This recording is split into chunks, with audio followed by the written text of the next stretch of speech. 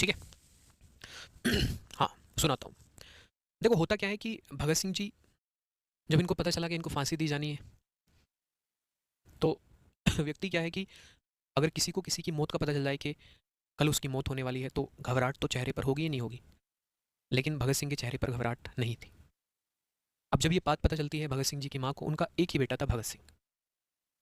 जब भगत सिंह जी की माँ को ये बात पता चलती है, तो उनकी माँ उनसे जेल में मिलने आती है। भगत सिंह जी की माँ उनसे जेल में मिलने आती है। जब उनको ये बात पता चली कि भगत सिंह जी को फांसी दी जाएगी, अब भाई माँ के सामने तो बच्चा भावुक हो ही जाता है, नहीं हो जाता? मतलब भगत सिंह थोड़े भावुक हुए, मतलब एक होता है ना मन हल्का सा होना। नहीं, माँ के सामने तो सभी, मतलब आप ये सोचो कि जब हम बचपन में, हमारी माता हमारे साथ रहती थी, अभी भी रहती है माता जी, लेकिन अब भाई जिम्मेदारी बढ़ गई है, लोग नौकरी पर आ गए हैं, घर वाले घर पर हैं, माता घर पर है, बच्चा कमाने निकल जाता है। तो बचपन में तो माता और बच्चे का बहुत एक गहरा प्यार होता है। मतलब बच्चा अपनी माँ के बिना नहीं रह सकता है। जब हमारी मम्मी घर से कहीं चली जाती थी, एक दो घंटे के लिए भी चली गई, तो सब, आपके साथ भी ऐसा हुआ होगा, तो बच्चा अपनी मम्मी को ढूंढता फिरता है कि मम्मी कहाँ है, मम्मी कहाँ है। ठीक है, मम्मी कहीं बाहर भी जाती थी ना, शॉपिंग करने चली जाती थी, पापा के साथ जब चली गई, तो बच्चे को मतलब साथ लेके नहीं जाना होता था, तो ऐसे बोल के चली जाती थी कि हम अभी अभी आ रहे हैं, यहीं तक जा रहे हैं। तो बच्चे का माँ से बहुत लगाव होता है। तो भगत सिंह जी की माता इनके सामने आई, तो भगत सिंह जी थोड़े भावुक हुए। तो भगत सिंह जी की माता ने कहा कि भगत सिंह, तेरे चेहरे पर ये जो दिख रहा है ये नहीं होना चाहिए, तू भगत सिंह है। ठीक है, मतलब उन्होंने उनका हौसला बढ़ाया, वो उनके सामने रोई नहीं। अब सोचो, जिसका एक अकेला लड़का है, जिसको फांसी दी जानी है, अगर उनकी माँ उनके सामने रोने लगती ना, तो उनका एक हौसला जो था वो टूट जाता। तो मेरे प्यारे भाई, उनकी माँ उनके सामने नहीं रो रही थी, तो भगत सिंह को समझाती हैं, और भगत सिंह उनसे मिलते हैं, गले मिलते हैं भगत सिंह। और जब वो भगत सिंह जी से मिल के वापस जा रही थी, तो मेरे प्यारे भाई फूट फूट कर रोती हैं, क्योंकि आप सोचो, जिसके एक अकेला ही लड़का हो, और उसकी मौत का दिन तय हो चुका हो कि इस दिन इनको फांसी दी जानी है, इस दिन इनकी मृत्यु हो जाएगी, तो सोचो ना कैसा लगा होगा उनको।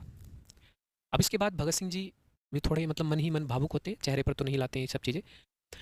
फिर उसके बाद जो है भगत सिंह, एक व्यक्ति था, उनसे मिलने की कोशिश करते हैं, जेल में उनके साथ, मतलब जैसे पहले क्या होता था, जो जेल में कैदी जहाँ पर रहते थे, तो मतलब जो जितनी भी उनकी दैनिक चीज़ें थी, जो भी उनका सोच होता था, उसको एक व्यक्ति साफ करता था, वो उससे मिलना चाहते थे भगत सिंह लास्ट समय में अपने। तो उससे मिलते हैं आकर, तो उससे बोलते हैं कि मैं तेरे हाथ की रोटी खाना चाहता हूँ। जो उनका डेली सोच साफ करता था, तो वो रोने लगता है, क्योंकि वो एक छोटे परिवार से था, पहले छुआछूत बहुत ज़्यादा था ना हमारे समाज में। तो वो रोने लगता है कि साहब मैं आपको नहीं दूंगा खाना, क्योंकि अगर मैंने आपको खाना खिला दिया तो बाहर के लोग मुझे मार देंगे जान से। तो वो वाल्मीकि समाज का व्यक्ति था। तो भगत सिंह जी कहते हैं नहीं भाई, मैं तेरे हाथ का ही खाना खाना चाहता हूँ, क्योंकि तू मेरी माँ के समान है। क्योंकि जब हम छोटे थे, तो हमारी माँ हमारा सोच साफ करती थी, नहीं करती थी?